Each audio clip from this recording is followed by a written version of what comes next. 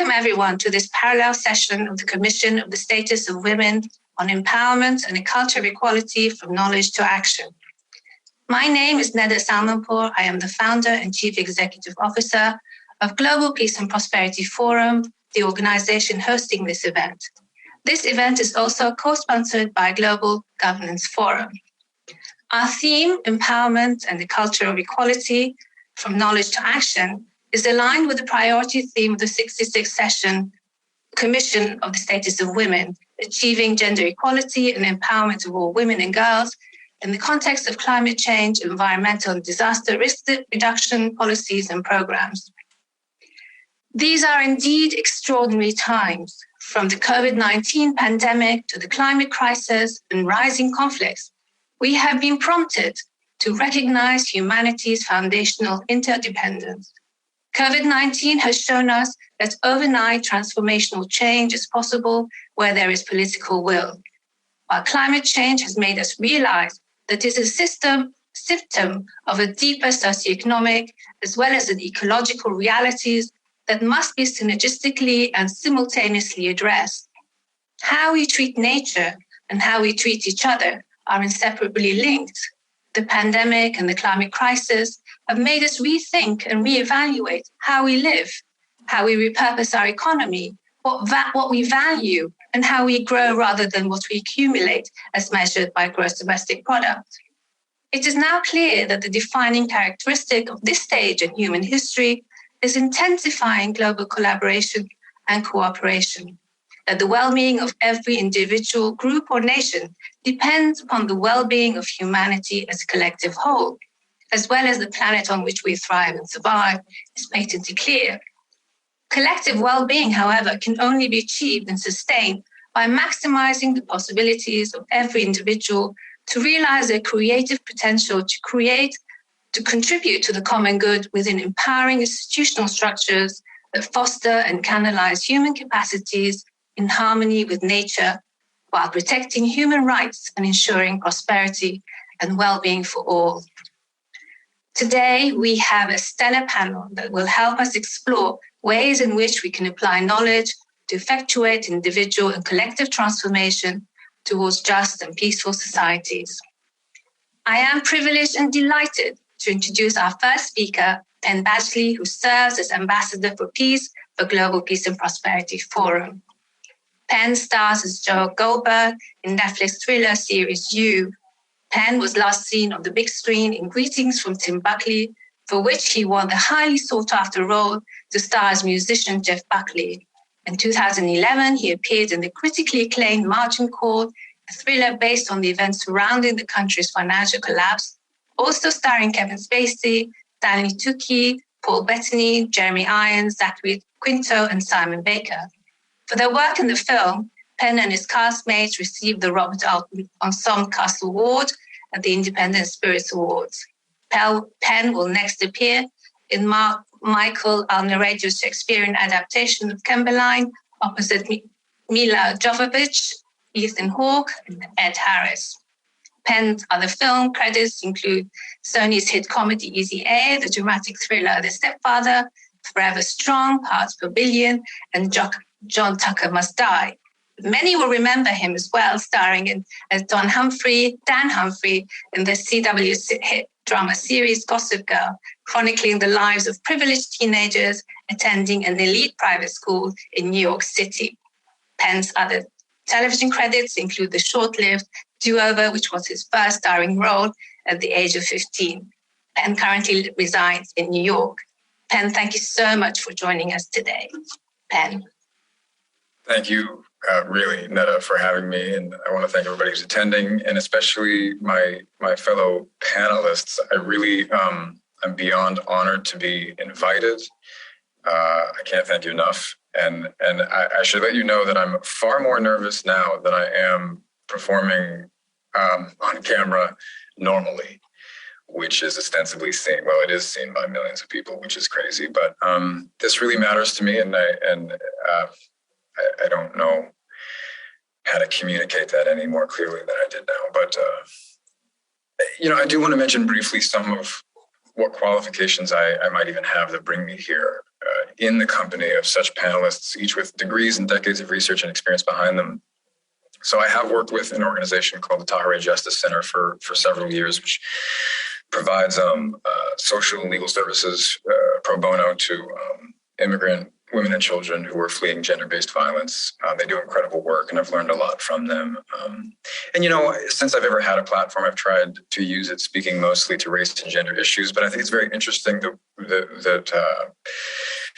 what I'm really known for now, more than ever, is playing this very particular man. And the way this man, for anybody who doesn't know, I play a man named Joe Goldberg in a show called You that is... I'm mentioning this because I think it's relevant to the issue. It's really one of the most popular shows on Netflix, which I take very seriously, because this character is not only a stalker and a serial killer, but the way he treats women, although it's very much a fiction, it truly represents the worst. And I spend a lot of time with this character, and so I'll offer some of my musings and some of my personal experiences. I think, because it tells the story of a mask of love for women, but living and breathing a hatred for them, which I believe comes from an unrecognized and unexplored fear of women, which is born out of this terrible plague that visits men especially, and this is to not know women. I should say that appreciating the multiplicity of gender identities we're beginning to acknowledge, it's my understanding that gender-based violence and institutionalized inequalities that are affecting women come from really a historical relationship between men and women. So I'll use this quote from James Baldwin. I think his piercing insights around racism in America shed light on basically all forms of prejudice. But he said famously, "In order to learn your own name, you are going to have to learn mine." And I think that, to me, sheds light on how this is not just a women's issue or a men's issue, but a human issue. I do spend a lot of time thinking about the role that trauma plays in the institutionalized inequalities that women face, and the way that also disempowers men. As a storyteller, I think a lot about how we suffer sort of societally, globally, from a sort of debilitated imagination, because half of our population does not experience the same access and privileges that the other half does, which is a collective oppression, a collective disempowerment. Everybody else here is going to be able to speak a lot more to that. So I think maybe I'm speaking very broadly, and maybe in the Q&A I don't know how my reflections will open up and flower. I certainly have thought a lot about the way inequality shows up in a household during a pandemic. Raising children. I have 2 children, and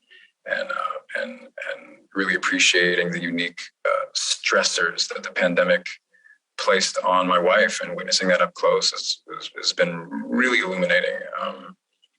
So, yeah, I think, again, just to summarize,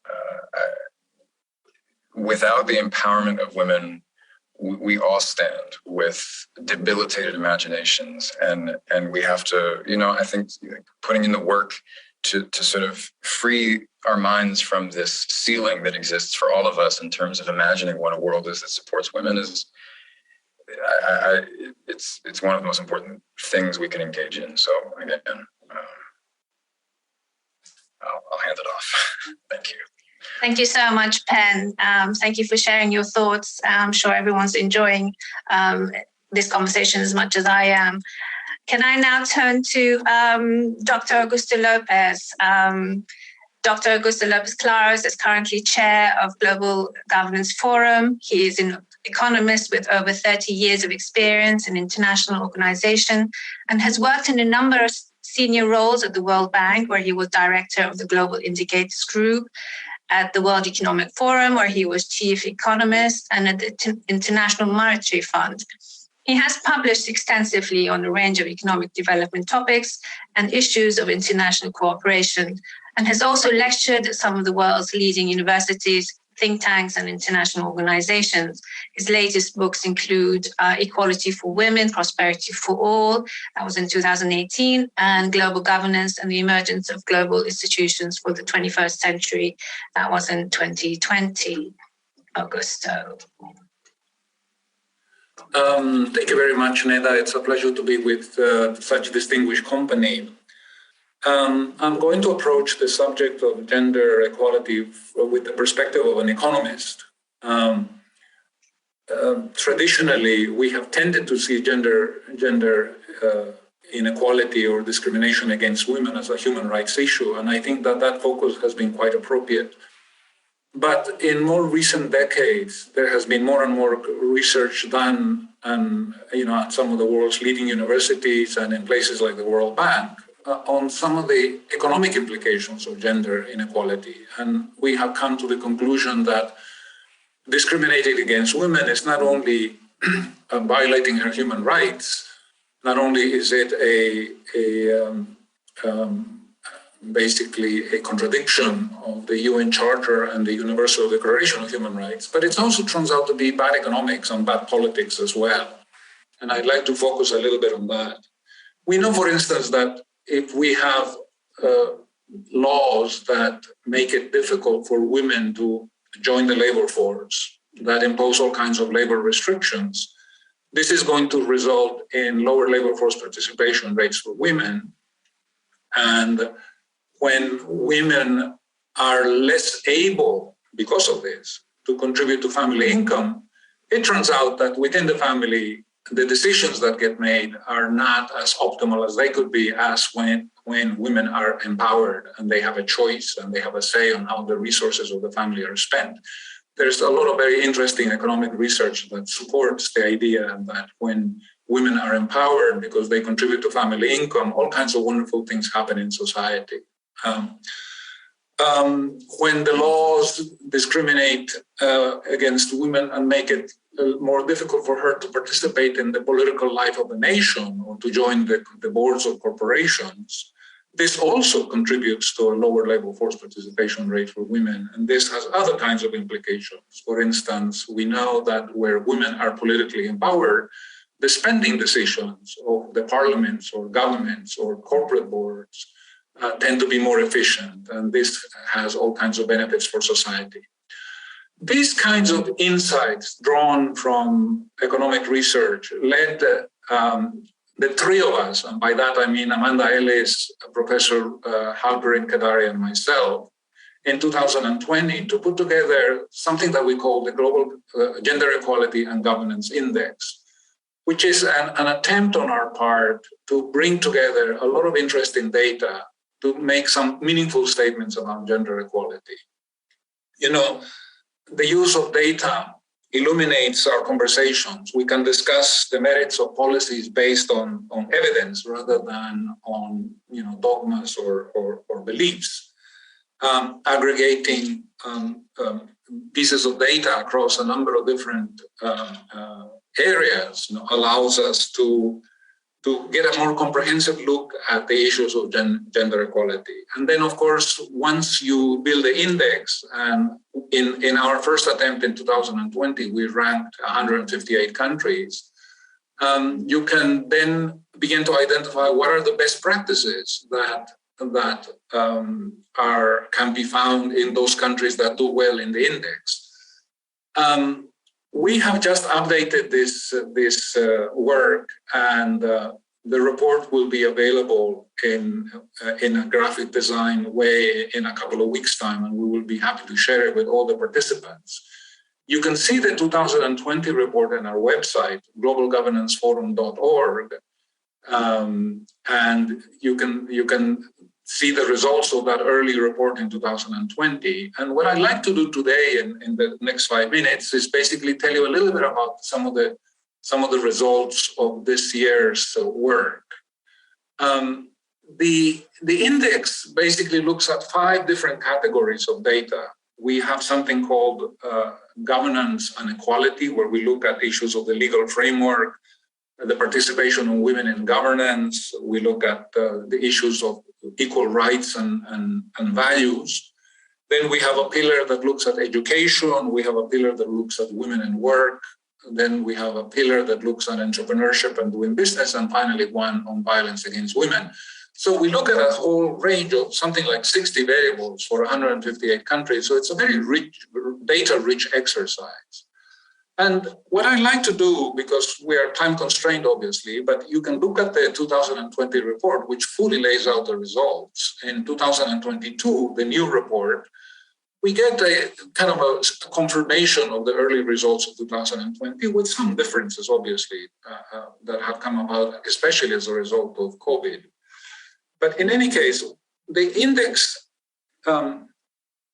basically shows that the better performing countries, those countries where women have made the greatest progress in terms of achieving or reducing the gender gap, tend to be high-income countries and overwhelmingly located in Europe. This is a very interesting result. The high income is perhaps not surprising. High-income countries tend to be countries that have higher levels of education, where governments have made more progress in reducing inequities in society. Members of the European Union have the lowest Gini coefficients in the world, which means the lowest levels of income inequality in the world. So this is kind of one of the very first interesting insights that comes out of this work. Although among the top 20 performers, we have countries like Canada, like New Zealand, which are not European countries. But on the whole, it's a very Europe-centric set of results, right? And then, of course, perhaps it will not surprise to you that if you look at the other end of the chart, where you have some of the lower performing countries, those countries where women have made the least progress, where they are most actively discriminated, you will find places like Iran and Afghanistan at the very tail end of the index. And I will say a little more about that in a couple of minutes. The countries at the top of the ranking are countries where the legal framework is more even-handed, where there is greater political empowerment on the part of women.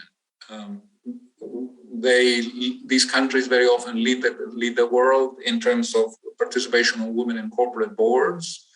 At the moment, there are only 15 countries in the world where you have a quota for the participation of women in corporate boards, and 13 of these 15 countries are high-income countries again. These countries tend to be more generous in terms of leave policies, maternity leave, paternity leave, and so on. And this is good because these leave policies are positively correlated with labor force participation rates. They encourage women to join the labor force.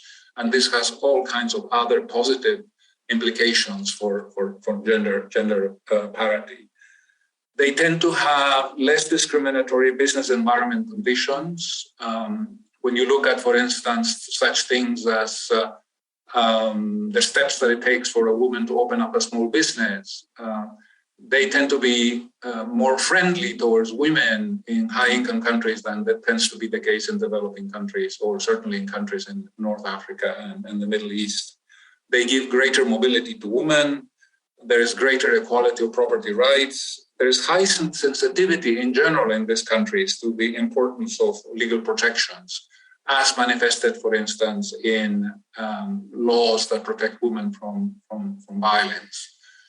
So this is a kind of a very sort of quick overview of some of the main results of this work.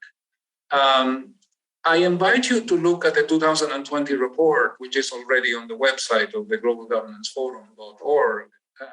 And then, as I indicated before, through your good offices, Neda, we will, to all those who have registered, send them a copy of the report within a couple of weeks of the new report with the new results. Thank you very much. Thank you very much. I would like to now introduce our next speaker, Amanda Ellis. Amanda Ellis is currently leading global partnerships for the exciting new SU Julie Ann Wrigley Global Futures Laboratory. And she's a professor of practice at Thunderbird School of Global Management and co-chair of the WE Empower UN SDG Challenge. Amanda Ellis is a passionate proponent of regenerative development, women's empowerment and leadership, and serves on the boards of the Global Governance Forum, UN Target Gender Equality, the International Leadership Association, and the Institute for Climate and Peace. Prior roles included being New Zealand's head of mission and ambassador to the United Nations in Geneva, and the Prime Minister's special envoy. She was also the Deputy Secretary in the New Zealand Foreign Ministry, and she was the first woman to lead the New Zealand Aid Programme, managing an annual budget of almost 6.6 billion. And she was the lead specialist of poverty reduction and economic management at the World Bank. Amanda.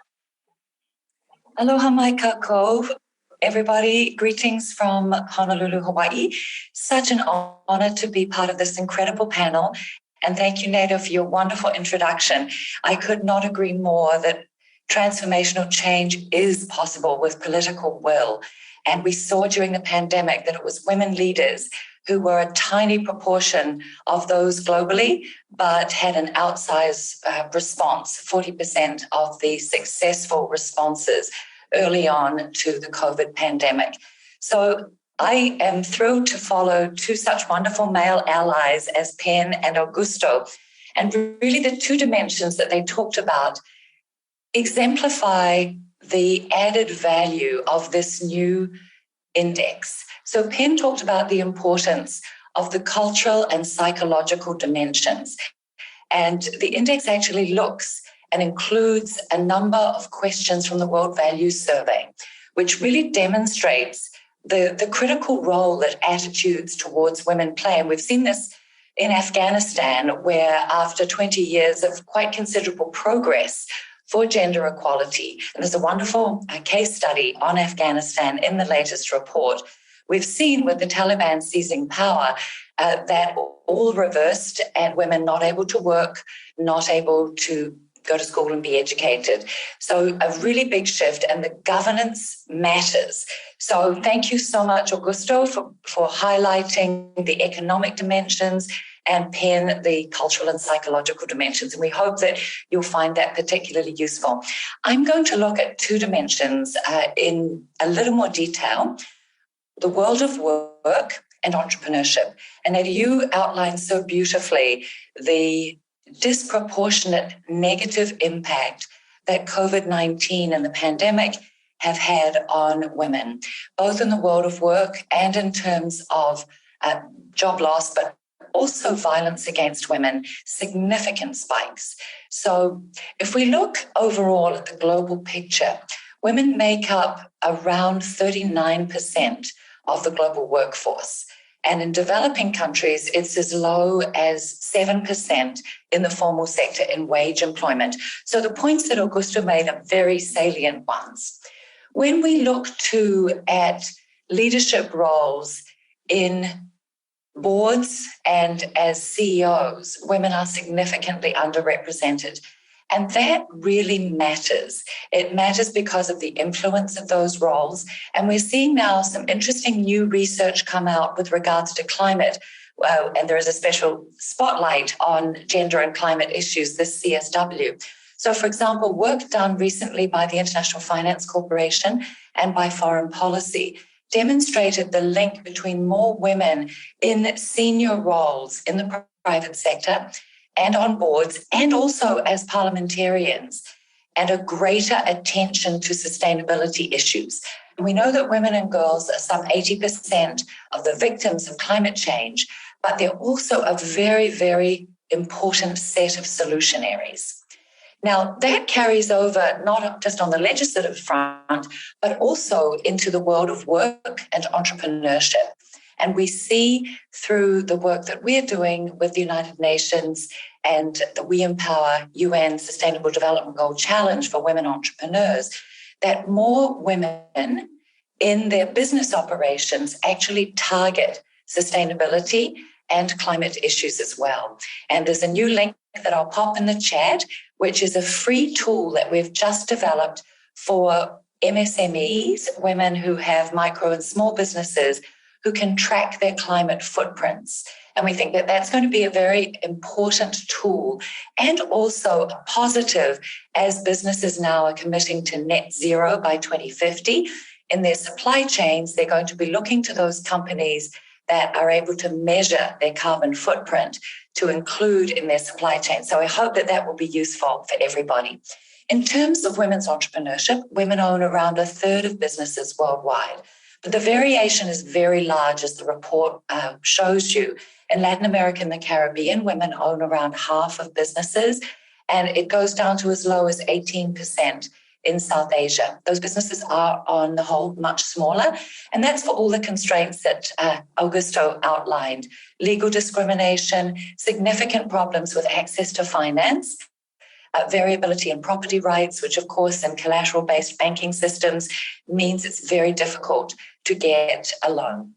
And when I was at the bank, we actually had to help some countries to change their financial system. So for example, in Tanzania, we helped to introduce a leasing law so that while women didn't in practice have access to property rights, although they did with the letter of the law, culturally not often, this new ability to use leasing meant that their ability to access finance was increased. So just to summarize, the work that Penn and Augusto have both highlighted in terms of the cultural dimensions and the very practical legal and economic aspects are both important. And that is really the value of this index and the fact that we all know that there's a positive multiplier impact when we have a level playing field. And as you said so beautifully, Neda, we need everybody together to bring about the transformational change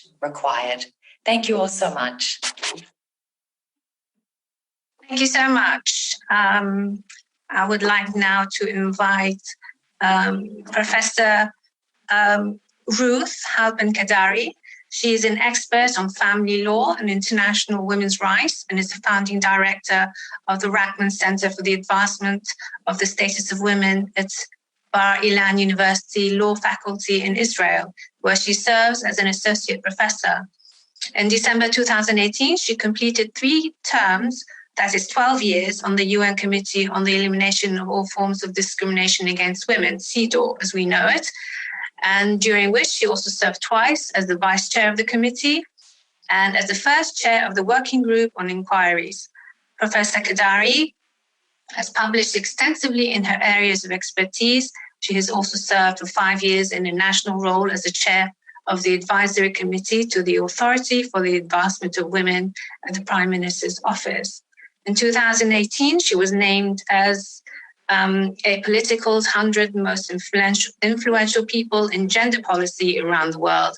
And in July 2007, she received the International Award for Women of Courage by the State Department of the United States. Professor. Thank you very much, Neda, and thank you for inviting me to participate on this panel. As Augusto said, I had the privilege of participating in this, what I think is a very, very important innovative index on the Gender Equality and Governance Index. And I want to talk about probably the most difficult area that is also being addressed in the index, and which Penn at the beginning so beautifully touched upon in connecting his role on the Netflix series. And this is gender-based violence against women. And I want us first to recall that gender-based violence against women is the key for maintaining patriarchy. It is really the tool for exerting absolute control by men over women. And as such, it is not going to go away easily. The privileges that this absolute control hands over to men are not going to be given away easily, and definitely not by law alone, even though what I'm going to concentrate on is the legal infrastructure and the normative framework. But we have to acknowledge that we are dealing here with a multifaceted phenomena of root causes, of social beliefs and social norms which are enhanced and entrenched by law. And changing the law is the prerequisite, but it is only the beginning of the process of then moving on through education and through changing the societal norms to hopefully get to a better position, although what we are witnessing now, definitely in the last 2 years and certainly in the past 3 weeks, is a huge regression going backwards. And Augusto mentioned the shadow pandemic of gender-based violence against women.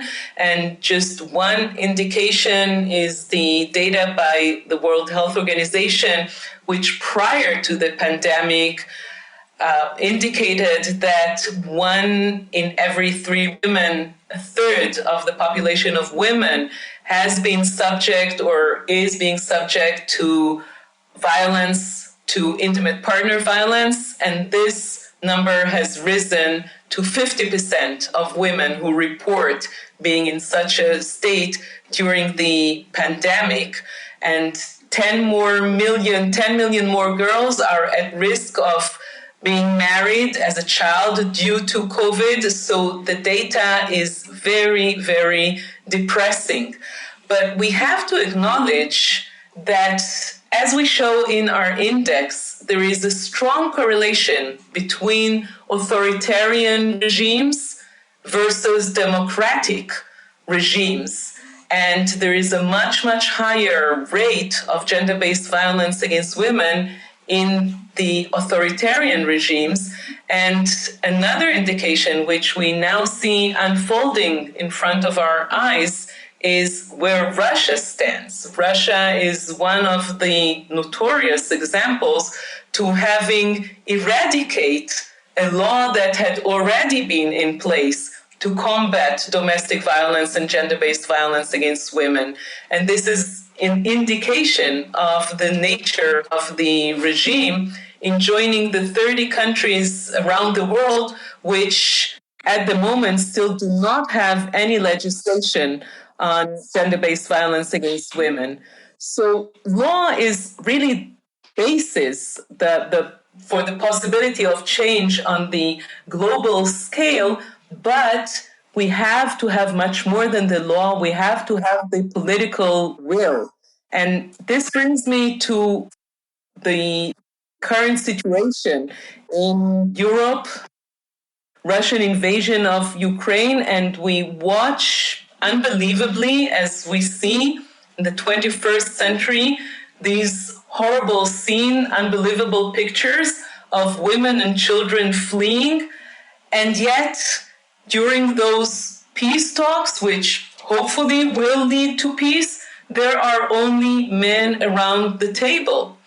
And this goes in direct contrast to the big promise that the legal framework, the normative, the international legal framework had brought us just over 20 years ago, when the United Nations Security Council passed its 1325 resolution, which acknowledged that it is women who are the prime victims of armed conflict, yet it is not the women who start the armed conflicts, and they do not have a place around the table, and their voices are not being heard.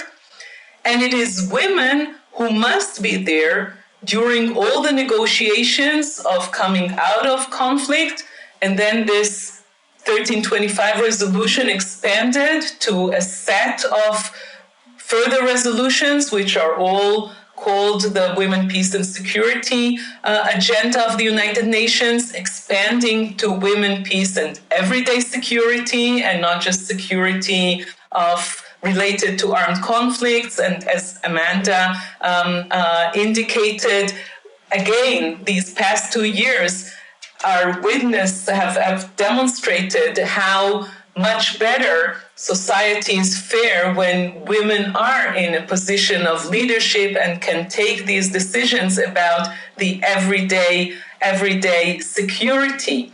So what I really want us to go towards, not just setting the record straight in terms of the law, which, as I said, is really the prerequisite, but being able to go much further than that and secure the political will and the commitment, both of the leadership and of society in general, to demand that these laws that are in place, and maybe a little later we can talk about what laws are still needed, but the laws that there are in place are indeed being implemented and enforced. And I think that our index, which also quotes remarkable research by Augusto and two other colleagues about the relationship that demonstrates that legislation, when legislation exists on gender-based violence against women, it does indeed carry effect, and the rates of the violence are lower. There is a correlation there. So we have this research that demonstrates the importance of laws. We have to move much, much further to the implementation and enforcement of these laws.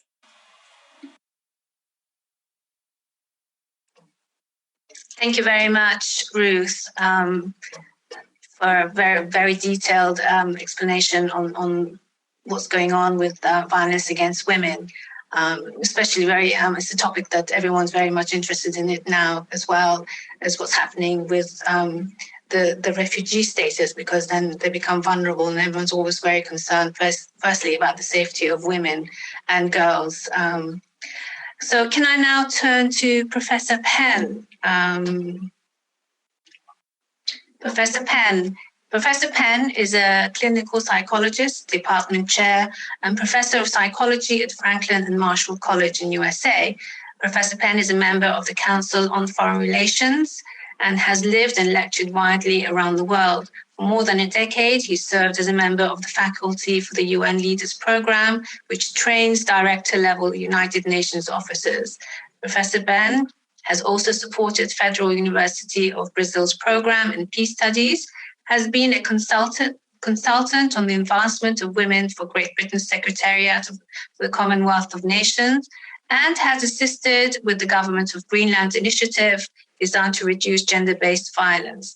Professor Penn has published extensively. He is the author and co-author of 4 books, including the most recently Our Common Humanity, Reflections on the Reclamation of the Human Spirit, published in 2021, and Overcoming Violence Against Women and Girls, the International Campaign to Eradicate a Worldwide Problem, published in 2003. Professor Penn. Thank you so much, Nika. Thank you, my dear colleagues and friends.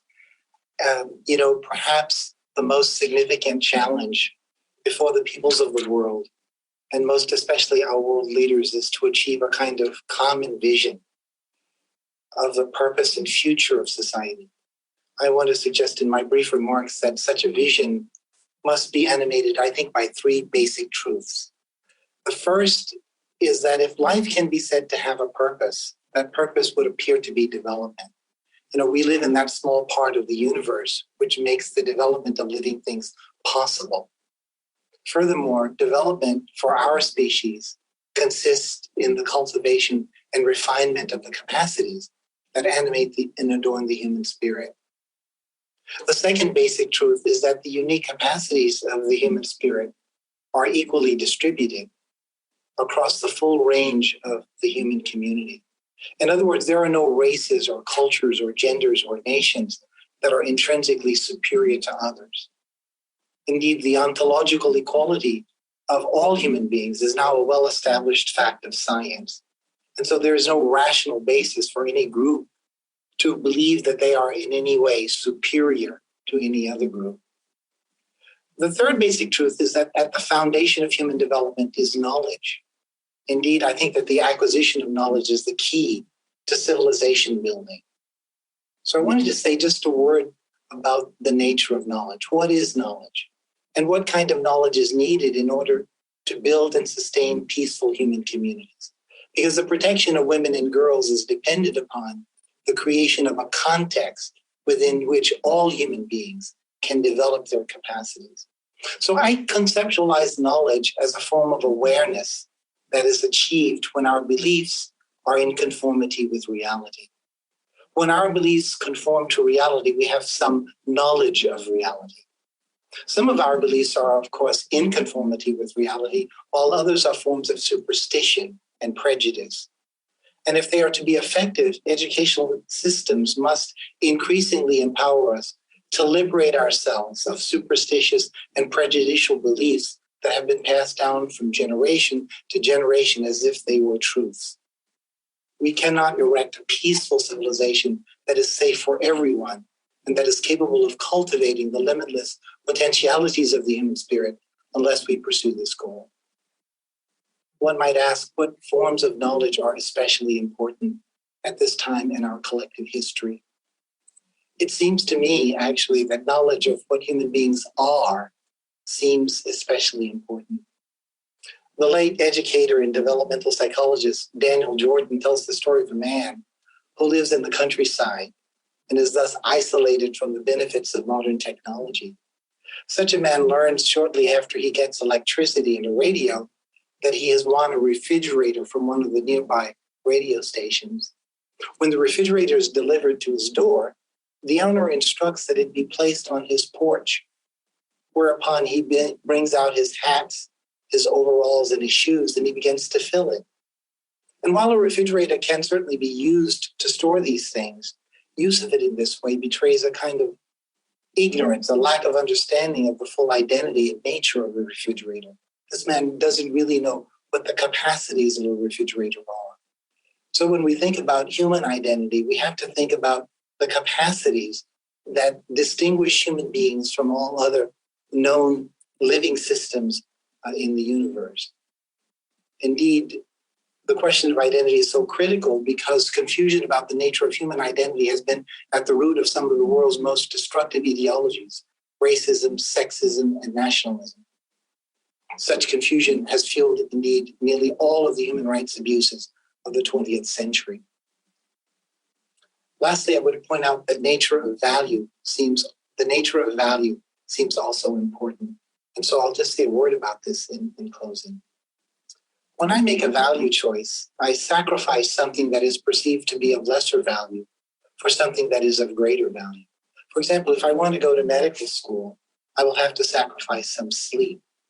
And while sleep has its own value, unless I am willing to dispense with some of it, it is not likely that I will be able to achieve the kind of learning that's necessary to gain mastery in chemistry, biology, anatomy, and so forth. Thus, whenever value choices are made, the effect is to sacrifice one thing or one set of possibilities for another. Over the course of the 20th century, the discourse on value has been centered on three questions. Does value exist independently of the observer, or is it merely a function of personal and or collective preferences? What should be valued and why? And is there anything that should be valued above all else? And if so, what should this be? Here, I wish to suggest that it is useful to distinguish between what is commonly referred to as socially constructed value and value whose existence is independent of human preferences, but conditional upon human learning and refinement. In his wonderful essay, The Topology of Moral Ecology, the philosopher Sven Brinkmann has described the human world as a moral ecology, as a meaningful world with moral properties that present human beings with moral reasons for action. Thus, in contrast to the perspective which holds that all values are impositions of human will, Brinkman has suggested that human life is saturated with moral reasons for action and that we cannot achieve our potential excellence unless we acquire the capacity to respond appropriately to the moral imperatives of human existence. For example, Brinkman wrote that some human acts are acts of brutality and that we must recognize brutality when it is present. To perceive brutality requires the cultivation of compassion and concern. Without this inner development, acts of brutality do not awaken in us the proper response. Further, the claim that all values are cultural constructions threatens the rational and pragmatic basis of human and civil rights, as such a perspective renders it possible to legitimize acts of exploitation and brutality so long as culturally coherent rationales can be adduced in their defense.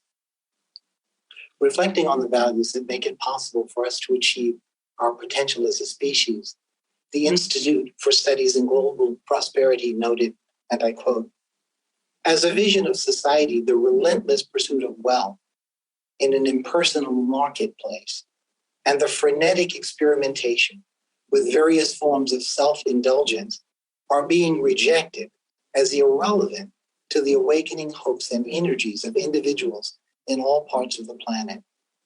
For in the face of mounting evidence," they continue, "it is no longer possible to maintain the belief that the approach to social and economic development, to which the materialistic conception of life has given rise, is capable of leading humanity to the tranquility and prosperity which it seeks.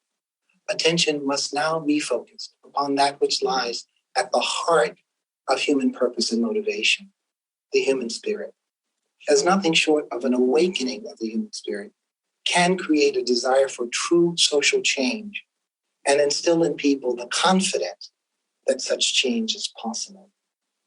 I'll pause there and thank you so much for giving me the opportunity to share a few thoughts. Thank you so much for that presentation and putting the emphasis on values.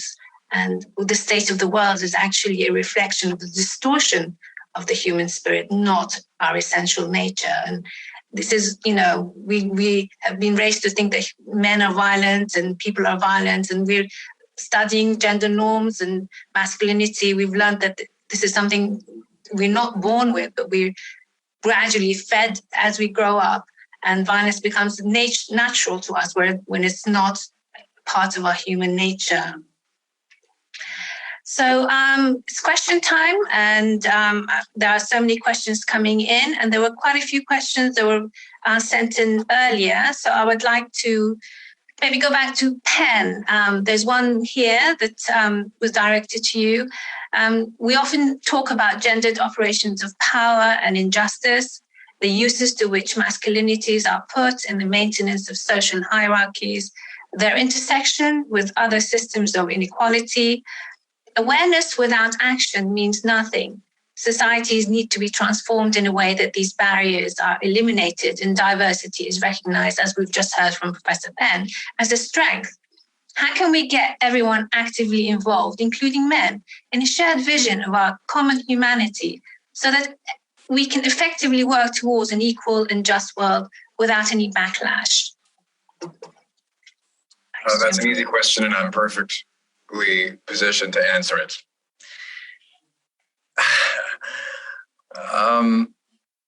So if I'm to understand it, we're thinking together essentially about the translation of awareness into action, because awareness without action must be valued as essentially nothing. I think where I would start to wade into the vast ecosystem of that question, and I would really love to hear others' thoughts, is, excuse me, I'm emotional here. No, forgive me. Is that also action without awareness is equally invaluable and can be even very destructive. And, I do think there is this sort of begging and pleading now, societally, certainly in the West,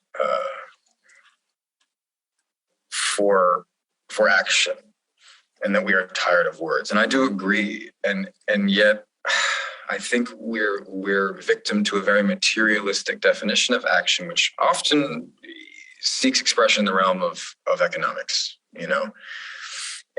and without a really fundamental examination of the, Augusto, I think you could speak to, this in another way, but it's like,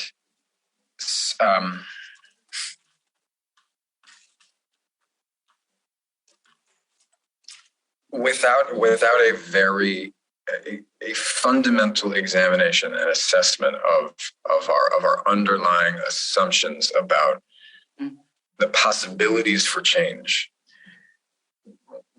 with, as I said before, like a sort of debilitated imagination about the world we're working towards, simply applying materialistic definitions of action to an issue we may not even understand well enough yet is, as I understand it, even does a lot to buttress the existing inequalities. The way that people currently define action in a lot of ways.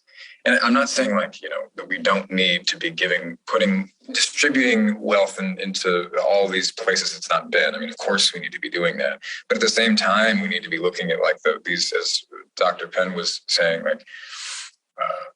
we need to be examining these underlying beliefs about human nature, which have even created the current economic system, because it didn't just come up out of the swamp like some objectively existing thing. It was created by people, and fairly modern people. And so again, what kind of way do I see, people who work in media have a contribution to play here. People who are storytellers have a contribution to play here. Because a lot of what we're discussing to the layman is a bit in the weeds. It's a bit in the weeds, and they get a lot of their ideas about human nature from the things they watch. Mm-hmm. And I'm not saying it's appropriate. I'm just saying it's the reality, particularly for young people. So, have I done anything to answer this question? I'm not sure, but I do think it has to do. One element of it I'm thinking is in order for us to translate knowledge into action, although Michael Penn actually said something interesting where he kind of defined knowledge in a way as being based in action, which was cool. I'm not sure. But if we're translating awareness to action, I think we also have to think about how are we defining awareness and how are we defining action? They really need to be wed. And that for all of us, actually, increasing awareness, deepening and refining our awareness is essential action. It is essential action. It's not like a binary, you do this and then you do that. You're always deepening your awareness. And so again, I think people in media and storytelling have a very significant role to play there. And they need to be listening to others on this panel to inform themselves. That's the best I got. No, thank you very much.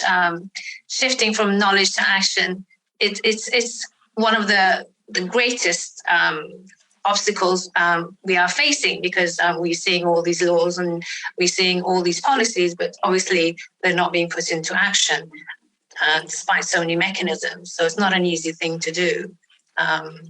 But as Professor Penn mentioned, it's actually what we believe our values are. If our values are profit over everything else, then we place profit above everything else, and then we can see what's happening with the environment, and we can see how we're dominating other people, and how we dominate the labor market, and we dominate everything else because we put profit above human beings and profit above nature. So it is our value systems that are so important, as Professor Penn mentioned. Thank you so much. Can I? There's a question here for Augusto, if I can turn to Augusto. You sort of mentioned it as well, given that there's a question here that given the world is facing one global crisis after another, when women's engagement on equal footing in politics and governance is more critical than ever, what can be done to shift the pendulum to allow for equal voice and decision-making for women, which has become such an difficult thing. How can we otherwise ensure collaboration and collective action, which is the outcome of a consultative process in decision-making in which women are strong, when half of the world's population is kept away from the corridors of power and decision-making which affect us all, as we can see? Augusto. Thank you. That's a very good question. You know that we have made some progress in the last, I would say 30 years in terms of the political empowerment of women. If you look at, for instance, the data that is coming out of the Interparliamentary Union on the percent of women who are sitting in parliaments across the whole world, 30 years ago, they used to be 10%. Today is 25%. So 1 out of 4 parliamentarians is a woman. And this has all kinds of economic benefits. We have seen that those countries where you have higher participation of women in parliament tend to have higher labor force participation rates. The spending decisions of those governments tend to be wiser, more supportive of women and children and social spending and so on. Now, on the political side, when you actually look at prime ministers and heads of state, the progress has been less impressive. We have 193 members of the United Nations, member countries, and only 10% are actually led by a woman prime minister or head of state. So we still live in a very male-dominated world when it comes to executive decisions. Same thing for corporate boards. If you look at the CEOs, if you look at the participation of women in the corporate boards of the Fortune 500 companies, it's still, sort of around 16% or so on average. Ruth Kadari made a very pertinent observation, which is that in the peace talks currently taking place between Russia and the Ukraine, there is not a single woman sitting on the table. And this is I hadn't noticed this, Ruth, but I'm not at all surprised. There is a long history of marginalizing women from these kinds of conversations, and yet, when I look at the evidence of the last, let's say, 34 years, one of the most successful peace negotiations that have taken place was the Good Friday Agreement, which put to rest, the conflict between Catholics and Protestants in Ireland. And people who have gone back and studied that particular conflict have concluded that the participation of women at the table was actually a vital component of the success and the long-standing nature of that agreement. What happened there is that women from both the Catholics and the Protestant side of this conflict joined forces, and they created a political party, and through elections they were able to get a seat at the table. And whereas the men were more interested in discussing issues of borders and weapons and allocating guilt for the catastrophes and the violence of the last 30 years, women were more interested in how we're going to educate our young children, how we're going to get training for our young people so that they have jobs and can join the labor market and so on. The values that they brought to the negotiations were dramatically different. And one can imagine, the kinds of conversations taking place between all these men on the Russian and the Ukrainian side, and the kinds of conversations not taking place because women are not there at the table, right? So we have a long way to go. We should not be too discouraged because we have made progress, but a great deal of progress yet needs to be made. Because the costs of marginalizing women are just too high.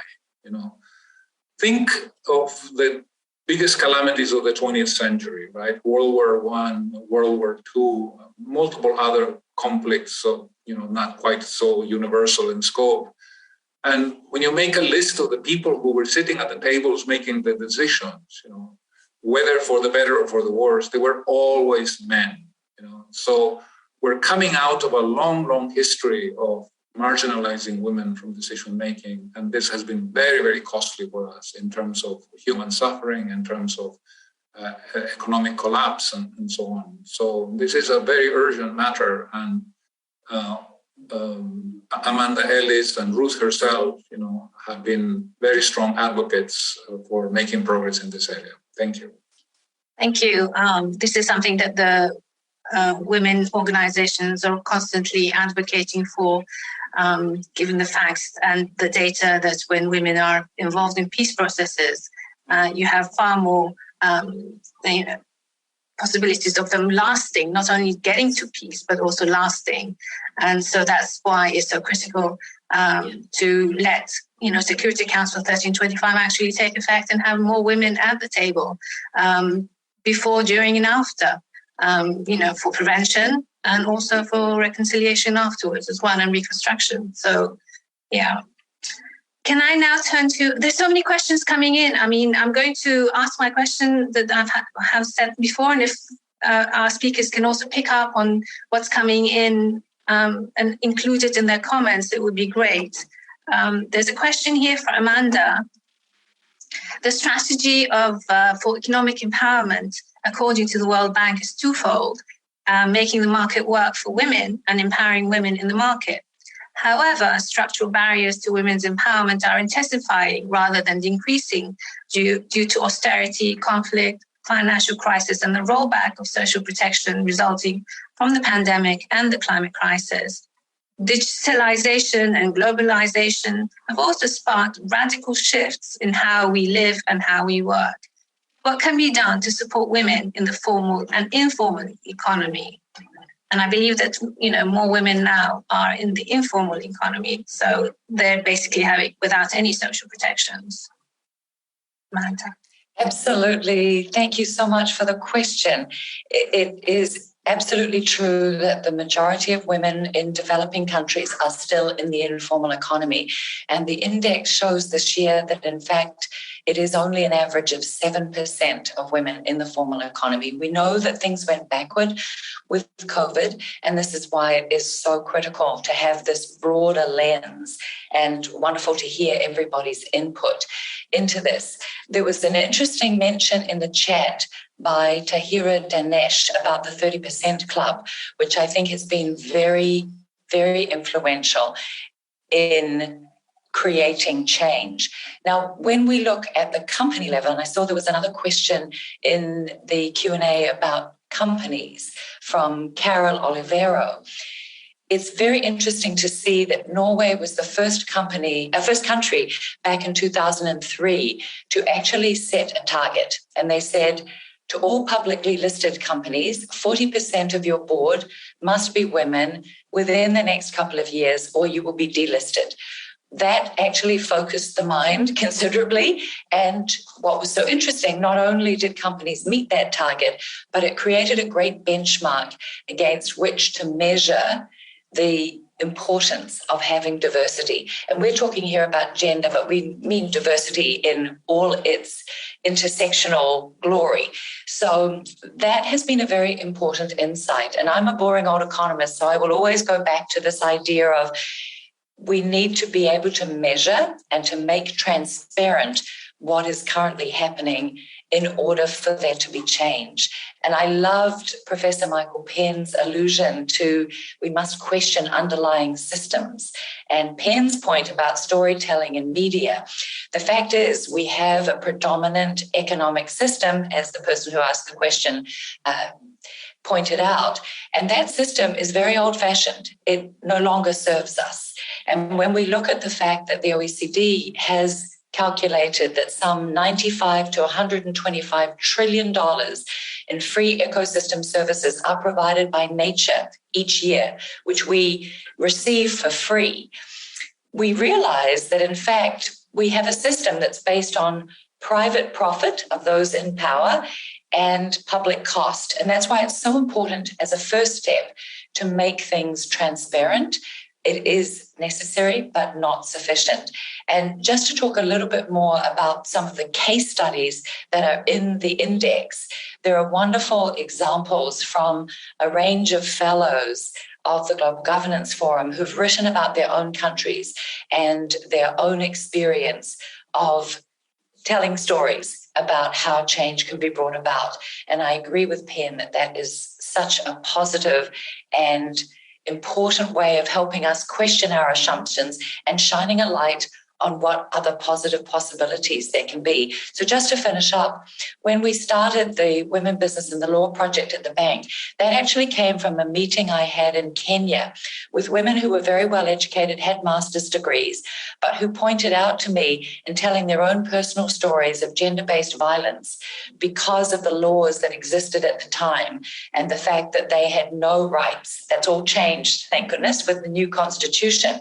But it was through that storytelling that inspired us at the bank to really begin to make transparent what was going on. And I think, as Augusto said, there's been huge progress because we've been able to see what is happening and to advocate for change. That said, those in power will not relinquish it without advocacy. So the importance of all of the women's organizations who are participating could not be more fundamental. Thank you. Thank you all for the great work you do. Thank you very much, Amanda. If I can turn to Ruth, there's so many questions coming in for Ruth. There's one that says about policy approaches, and while policy approaches to address violence range from legislative reform and enforcement of protective laws, as you've mentioned, to media campaigns, community and school-based programming in services for survivors, it's clear that law alone is insufficient to prevent violence and inequity. One of the most explicit manifestations of gender inequality is, as you mentioned, men's use of violence against women and girls. But in the home, despite increased attention to the issue, statistics are still staggering.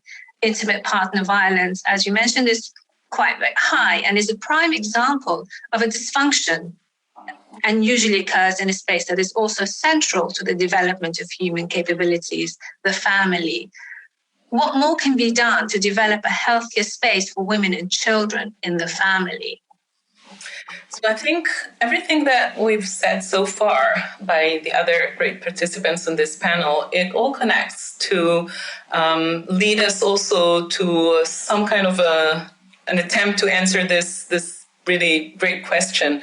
And it is all interconnected, interrelated to awareness, to values, to education.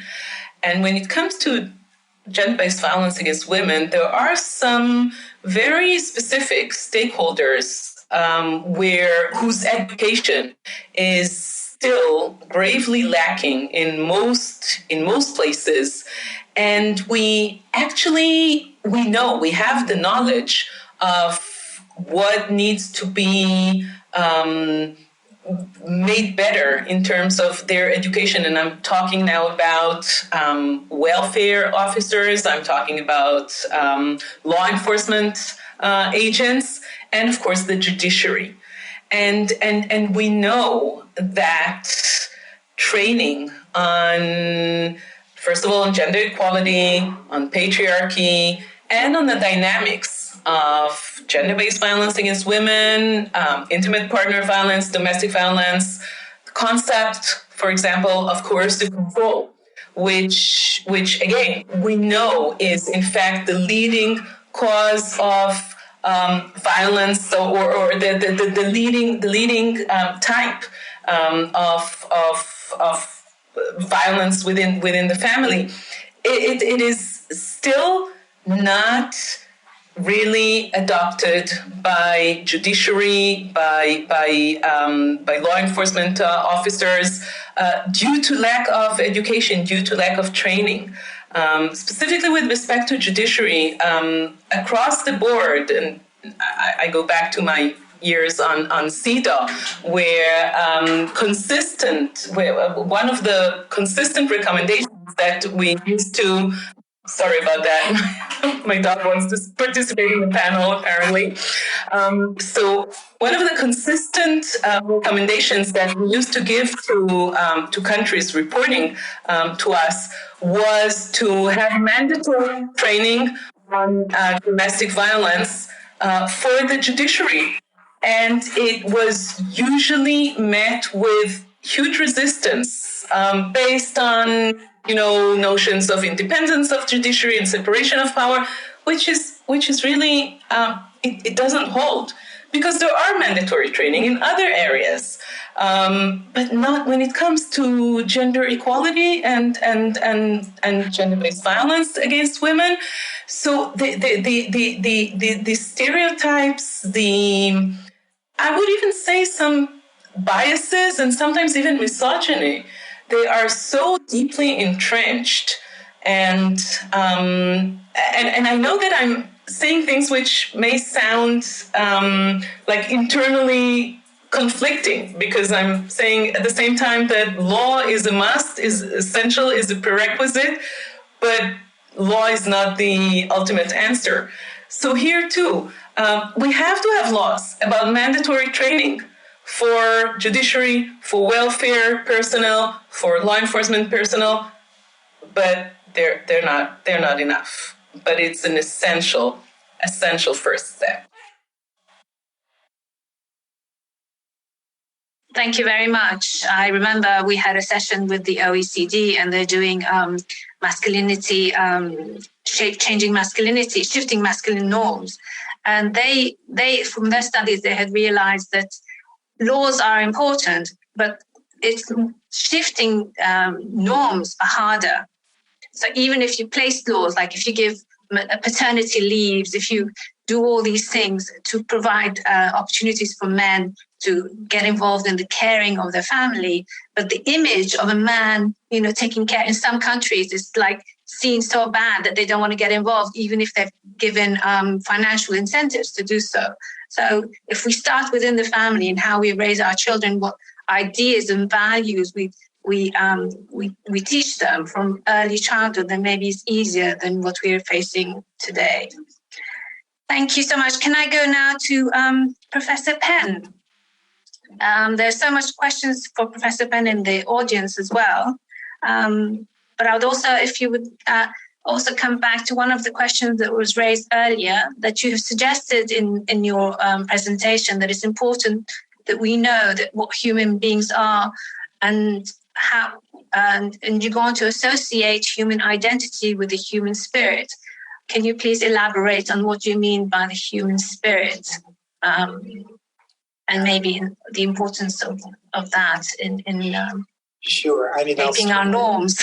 Thank you. And I'll start by sharing a personal experience. When I was young, a teenager, I really had no idea about what life was for. I didn't have a philosophy of life. I didn't have an understanding of what we were trying to achieve on this planet. I was just doing stuff. I was, going to my classes. I was eating my food. I was doing all the things that human beings do in their private life, but without any consciousness of a larger project, of a larger movement of history, of a larger movement of humanity towards something. And so my consciousness was so narrow that I could not see my place in a larger historical, social process of change, process of development. And I think that in effect, the capacities that animated my own human spirit had not been awakened or actualized by the education I was receiving. I didn't have the sense that I could do something to improve the lot of humanity. I didn't care about humanity as a species. I didn't think about this dimension of life.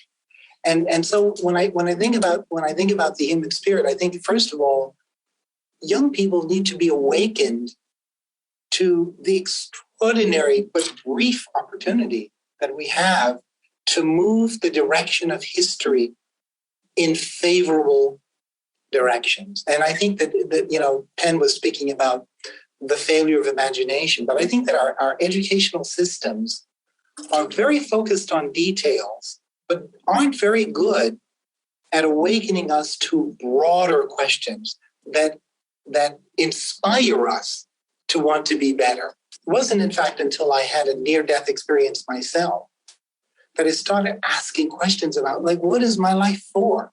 What am I trying to achieve? When I come to the end of this, what do I want said of me? And I just felt like when I had that near-death experience that I had wasted so much time because I didn't understand anything that really mattered. So I think that part of this process of transformation has to do with a deepening reflection on bigger questions that are oftentimes dismissed as just philosophical, not really that important. Let's get down, the American pragmatists have influenced greatly educational systems.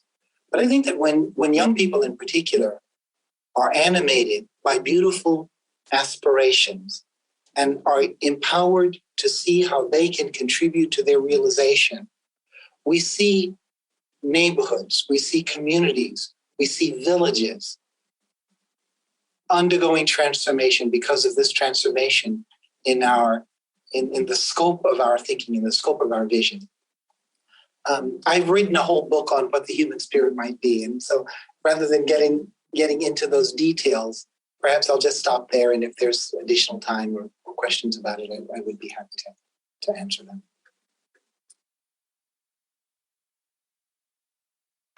To unmute myself. Thank you very much. There's so many questions coming in, very particular questions, some broad. Perhaps if we sort of can tie in, and everybody can come up and say how they think. I mean, if there was something that you would say is the most paramount action or most paramount act that a human being can do to move from the knowledge that we have, that we are part of one human family, that this divisiveness that we've been raised with, we're not born this way, we are taught this way. So how can we unlearn it? What is it that each one of you can say is the most important thing that we can do to change this world to a better world that we can live in peace? Because at the moment we're reaching one crisis after another. We're almost on tipping points at every crisis, and we're coming and then we're having another one to add to it. So if we can start with our Ambassador for Peace, Penn, what would you like to say to the audience? I'll try to keep it simple and direct. When we're thinking of translating awareness into action, recognizing that we have a problem of will, not of capability. We know these problems exist now. They're not unspoken. They're not unrecognized. So we're facing a somewhat invisible problem, which some people would call moral, some people would call philosophical, some people would call emotional, some people would call psychological, others would call spiritual. To me, it starts, if we're talking about knowledge becoming action, it starts with yourself. And to me, the first steps we can take are transforming the relationships in our own lives as men, I'll say, for all people, and then I'm thinking particularly of men with their role in this. Think of transforming the relationships you have with the women you know. I mean, it might sound like a platitude. It might sound like an empty hallmark kind of suggestion, but I do think it has profound implications if we desire to see the sorts of structural, societal, institutional change. Well, it has to start with the individual, then the household and the community, and advancing outward. Of course, these things are organic. They happen all at once. You need laws that also encourage individuals to behave this way, right? But I do think that the rest of the panelists are much more able to speak to a lot of very practical elements. And so to me, I think it does, if we mean this, then think of the women you are closest to what would it mean to revolutionize those relationships where you're placing, I suppose you could ask that question for women as well. You know what I mean? But I think particularly for men, because men have a unique role to play in this. They do. They simply do. The same way that white people have a unique role to play in recognizing the foundation of anti-Black racism in America, for instance. White people really need to be thinking about that. So men really need to be thinking about that. And I was even seeing somebody say, we men can start listening to what women have to say. I mean, that is the beginning of action for men, maybe. Listen to women. Thank you. Listen and understand what they go through. This idea of women caring and the care work that they do is so essential to the advancement of civilization, and yet is treated as something insignificant and is completely discounted in the economic analysis as if it's nothing, as no contribution at all. Whereas we know that if you take into account and if you put some monetary value to it, it's almost like $10 trillion per year. It's a huge amount. The idea is we can measure the value of raising children. Exactly. Who are they but the future who inherits all of this and has to change it? I actually think men come up short if we were to really be in the business of measuring social contributions. If we really want to get in there, I think we might be disappointed, Anyway, yeah.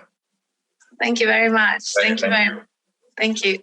So if I can turn to Augusto, what would you say, Augusto, as one determining factor to change this world into a better world with all the facts and figures that you have at your disposal? I was very inspired by the words of Michael Penn a few minutes ago, and it sort of led me to think about a conversation I had many years ago when I was living in Moscow with William Hatcher, a very famous Canadian mathematician and philosopher who became a very good friend because we overlapped in Russia. And William Hatcher said that a lot of the problems in the world today can be interpreted in terms of us having a wrong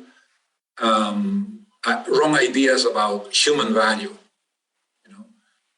He said that some people think that human value is shown when you can exhibit certain capacities that excel those of your neighbors. You are better at something than your fellow human being, your brother, your sister, your wife, or whatever.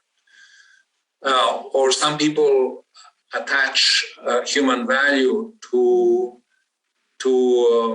wealth, to the accumulation of fame, and so on. Right?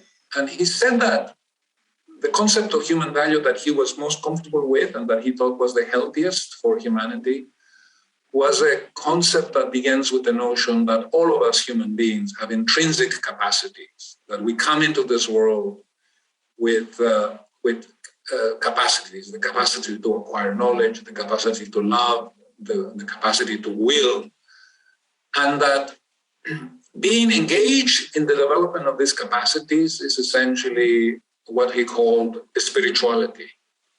He said that spirituality is essentially, taking awareness of our capacities and developing them as part of this project for life that Michael was referring to, as something that gradually came to him, from his young days as a teenager.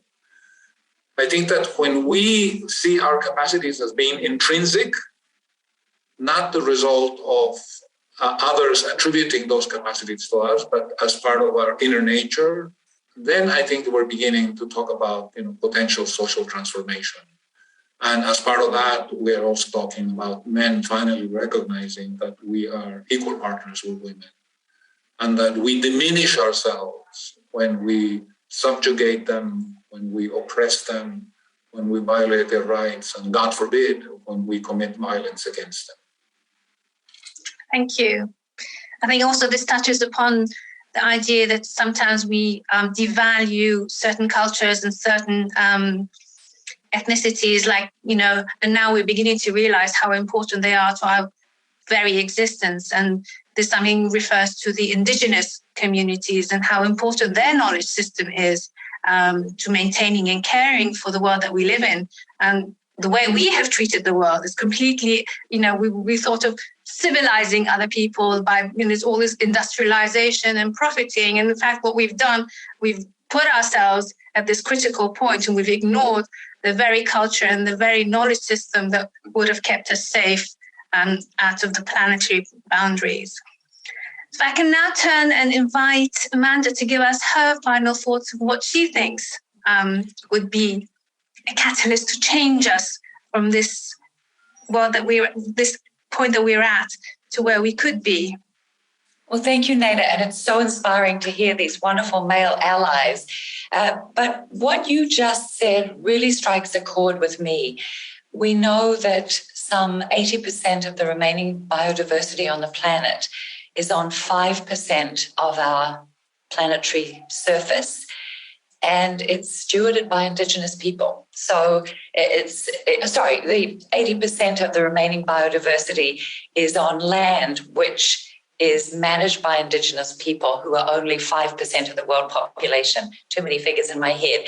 So the points that were made about us being one human family and also needing to realize that we are integrated with nature. And you mentioned planetary boundaries, and we're fast transgressing the societal boundaries to keep our planetary boundaries safe. So for me, two big things. First of all, you might imagine, having started women business and the law at the World Bank, I still think that legislation is a necessary but not sufficient condition. So I think it's really important to have that as a flaw. I also think the role of education is absolutely critical. It is a silver bullet, as one previous economist at the World Bank said. And when we look at the data points around girls who finish school, for example, it's mandated to finish secondary school, there are 3 live births per woman compared to those who finish primary school, where there's 7. And when we're looking at a planet that is already beyond its planetary boundaries, we're looking at then that role that education plays and the ability of women to enter the workforce and to then earn income for their families, which has an intergenerational positive multiplier impact on nutrition, on girls' education again, and on family welfare. So it creates this positive cycle. So I guess those are old-fashioned, but I still think there's a long way to go with both of those, legal rights and education. Thank you. Thank you very much. Thank you very much. I think also it teaches us, when we compare how we treat people and how we treat nature, there is a link. And the link is that ethic of care, that we need to care. And those who care the most for nature are teaching us that we have to treat the same way other people, the way that we need to treat nature. And there's a link that, that's why we're so out of balance with whatever we're doing at the moment. Can I now invite Professor Kadari to make her final comments of what she thinks could be that catalyst. Thanks. So first of all, I really appreciate all the thoughts that were shared so far. This is truly inspiring. And I think that there is a connection here, starting with Penn and Augusto, that can be described as transformative change from the bottom up, from the individual and the processes that each individual should go, would go. And as Amanda pointed out, it is really heartwarming to see it coming from male allies. And what I want to stress, following up on Amanda's observations, is the process that transformative change, transformative equality also needs to come from the top, bottom, from above, permeate and penetrate below, through law, through legislation. And I want to focus on the demand for parity, for having as a basic threshold the 50-50% everywhere. So it's not just the 30-25 that women should be at the table. There should be, just like more than 100 years ago, started the revolution of women becoming citizens, women having voice through the suffragist movement. And it's really just 100 years ago, not longer, not more than that. In Switzerland, it was only in 1974. So it's hard to believe, but that's the path that we have, the progress that we have made in the last century. So the point now should be the 50-50, the parity should be the natural, the for granted, the starting point. And for this, we need the law. There's no other way to get to that, but to have the laws, to have them enforced, to have them implemented. And so that for me is the one thing that I would go for. Thanks. Thank you very much. Yes, definitely. Equality, 50-50 for men, for women, for all ethnicities, for all race, no divisions of any kind, no separations of any kind. Certainly this is what the world needs. We need to, I think everybody's tired of always living in conflict, always worrying about what's going to happen, the climate crisis, this and that. We have a beautiful world, but we're just ruining it. We're not enjoying it because of all the drama that we create, we as humans create, that we don't need to create, that we can actually sit back and enjoy. Can now invite Professor Michael Penn to enlighten us with his final, beautiful, enlightening words. Professor Penn. I don't know if I have any words like that, but I have been thinking, I love the work of many of the early Chinese philosophers.